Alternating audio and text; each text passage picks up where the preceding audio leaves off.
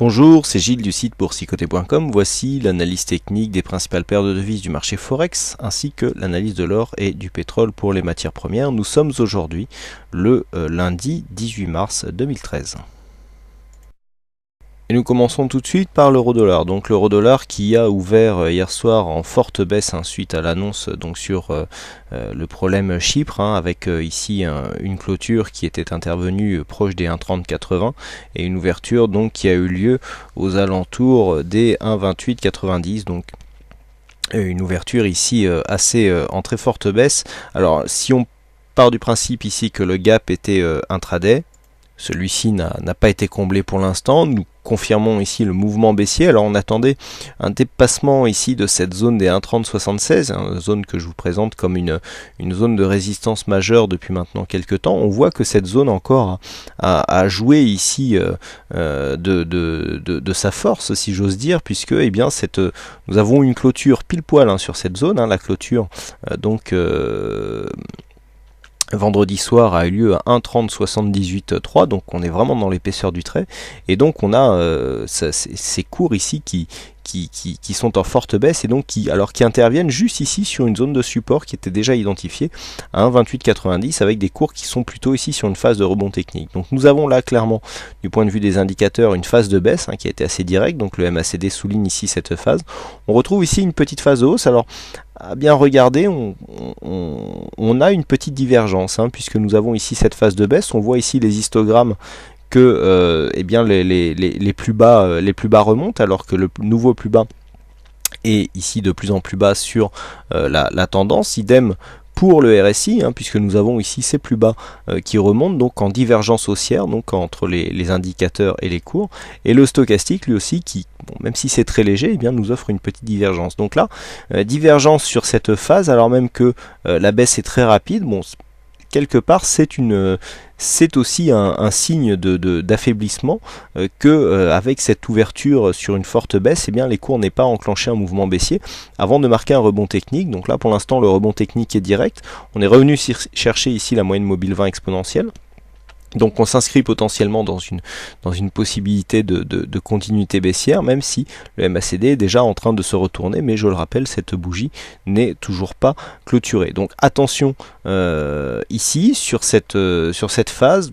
La tendance de toute façon reste la même. On attendait ici une confirmation, mais la confirmation n'est jamais arrivée puisque cette zone ici de point haut des 1,3135 n'a pas été cassée. Donc on est toujours sur une phase neutre, voire légèrement baissière. Et pour l'instant, ce n'est pas ce mouvement ici qui va invalider cette tendance. Donc l'euro-dollar ici toujours dans une phase de légère baisse et donc dans une continuité de cette tendance.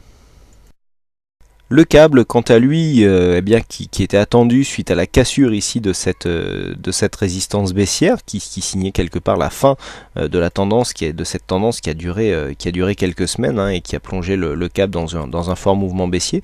Lui n'a pas pâti de ce mouvement de l'euro-dollar puisque nous sommes dans une phase de stabilité. Donc là, on confirme tout à fait la cassure. On a une cassure ici avec une dynamique qui nous permet de monter d'un ou deux étages, qui vient confirmer ici une précédente zone de point haut significative puisqu'il s'agit tout simplement du dernier contact sur la résistance baissière avant la sortie. Bon, je ne parle pas d'ici de ce contact là qui a eu lieu juste avant la cassure, et donc on attend réellement une confirmation de ce dépassement ici de cette zone des 1,52 puisque cette zone des 1,52 est ici assez intéressante. Nous avons ici une zone de résistance, nous le voyons bien, on avait eu du mal à franchir ici, et puis il y avait eu un gap qui s'était inscrit par là, et donc précédemment ici c'était quasiment une zone de support. Donc ici les 1,52 assez important, on attend une confirmation de cette cassure pour vraiment replacer le câble ici dans une phase de tendance haussière à la suite de sa sortie que nous avons ici.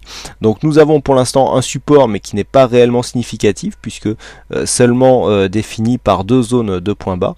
Donc on laissera ce trait pour l'instant de cette manière en attendant de voir s'il sera confirmé ou pas. Alors attention, l'approche ici de la moyenne mobile 20 exponentielle pourrait provoquer une reprise de dynamique, donc dynamique qui sera confirmée par la cassure de ce point haut sur cette qui avait eu lieu donc dans la journée du 15, point haut qui se situait à 1,5110.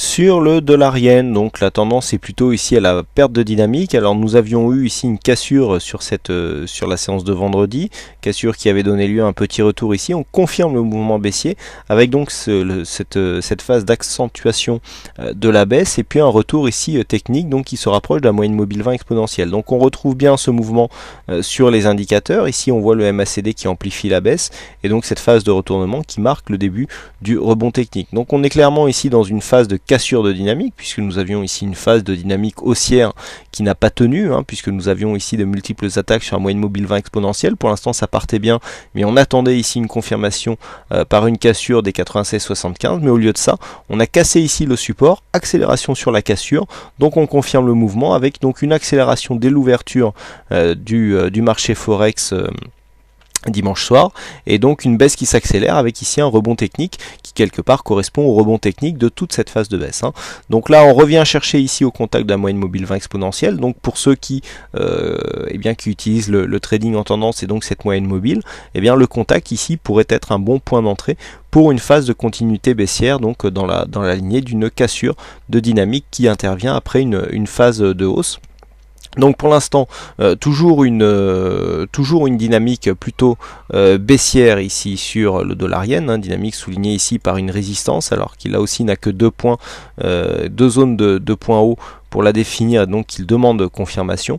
Mais on voit ici que sur une phase de contact ici entre 95,50 et 95,70, c'est une zone correcte, qui plus est, nous avons ici une ancienne zone de support qui pourrait se transformer en résistance, une zone d'entrée correcte pour jouer ici la continuité du mouvement baissier. Nous passons aux matières premières avec donc l'or. Alors l'or qui finalement confirme sa première impression ici.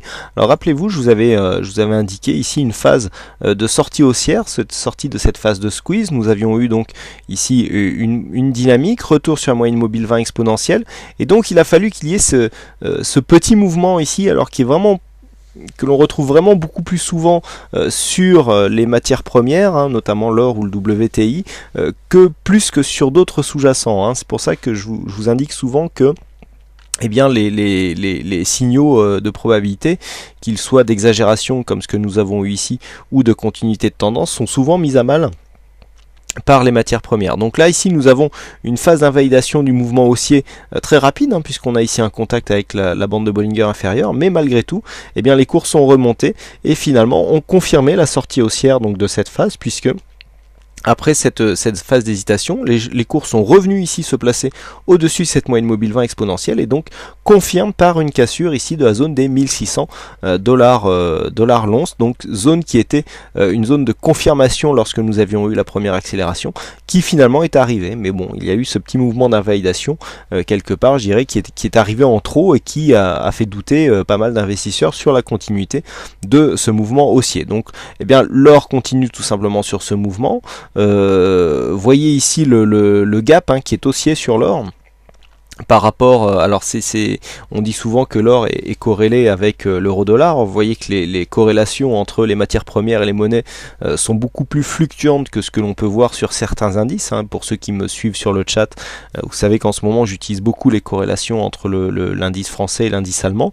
Et bien là c'est tout à fait l'inverse, puisque l'euro-dollar qui a marqué un gros gap baissier en ouverture de marché, et bien là nous avons un gap haussier sur l'or au niveau de cette ouverture, puisque l'on voit ici après une clôture ici aux alentours des 1592, nous avons une ouverture au-dessus des 1600 dollars l'once. Alors même si le gap a été comblé depuis, mais vous voyez que les corrélations sont beaucoup plus imprécises que sur certains autres indices. Donc ici on confirme la dynamique avec une attaque assez forte de la bande de Bollinger supérieure, les bandes de Bollinger qui s'écartent, la moyenne mobile 20 ici qui s'est imposée comme un renfort sur la dynamique.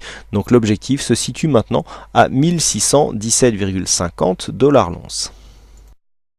Et enfin on termine avec le WTI, donc le WTI qui reste ici dans une phase de reprise. Alors on avait ici une petite phase de baisse, mais qui se fait, je dirais, au sein d'une tendance quasiment neutre, hein. On est venu ici tester cette zone et puis là on a l'impression que les cours du WTI veulent remonter. Donc ouverture ici sur un gap baissier, vous voyez que toutes les matières premières ne sont pas logées à la même ancienne. On était bien ici sur cette phase de tendance entre la moyenne mobile 20 exponentielle et cette bande de Bollinger supérieure, hein, propre aux tendances haussières régulières. Donc là le fait de revenir ici, marquer un point de contact sur cette bande de Bollinger inférieure quelque part, enlève de la puissance et surtout au niveau de la régularité de cette tendance haussière, mais finalement les cours reviennent ici aux alentours des 93,50 pour, je dirais, confirmer une continuité du mouvement. Donc pour l'instant on est sur une phase de continuité. Il est clair que ce que l'on a vu sur quasiment tous les indices et même sur certaines monnaies, il est clair que la frayeur de début de séance a finalement laissé place à une reprise à la normale. Donc il est aussi assez normal entre guillemets, même si la normalité n'est pas toujours de mise en bourse, et bien de retrouver ici les cours du WTI proches des niveaux des niveaux sur lesquels ils étaient en clôture vendredi dernier. Donc si on retrouve ici les cours proches de cette zone, eh bien ça prouve aussi que la tendance ici peut très bien continuer. Alors les indicateurs vont plutôt en ce sens, puisque nous avons ici, après une petite alerte baissière, un retournement du MACD. Les indicateurs oscillateurs sont neutres, donc pour l'instant on visera plutôt une continuité du mouvement avec cette zone ici des 92 qui joue bien son rôle de support, hein. On l'avait déjà signalé. Vous voyez ici de multiples contacts, ici juste une attaque qui vient et puis ensuite on marque un mouvement de hausse. Il faudrait vraiment une cassure plus nette, hein, des 92 $ le baril pour invalider ici la poursuite de ce mouvement haussier. Voilà ce que l'on peut dire donc sur cette analyse technique Forex et matières premières. Il ne me reste plus qu'à vous souhaiter à toutes et à tous une bonne soirée, bonne chance à tous dans tous vos trades, et je vous donne rendez-vous dès demain pour d'autres analyses techniques en vidéo. Bonsoir à tous.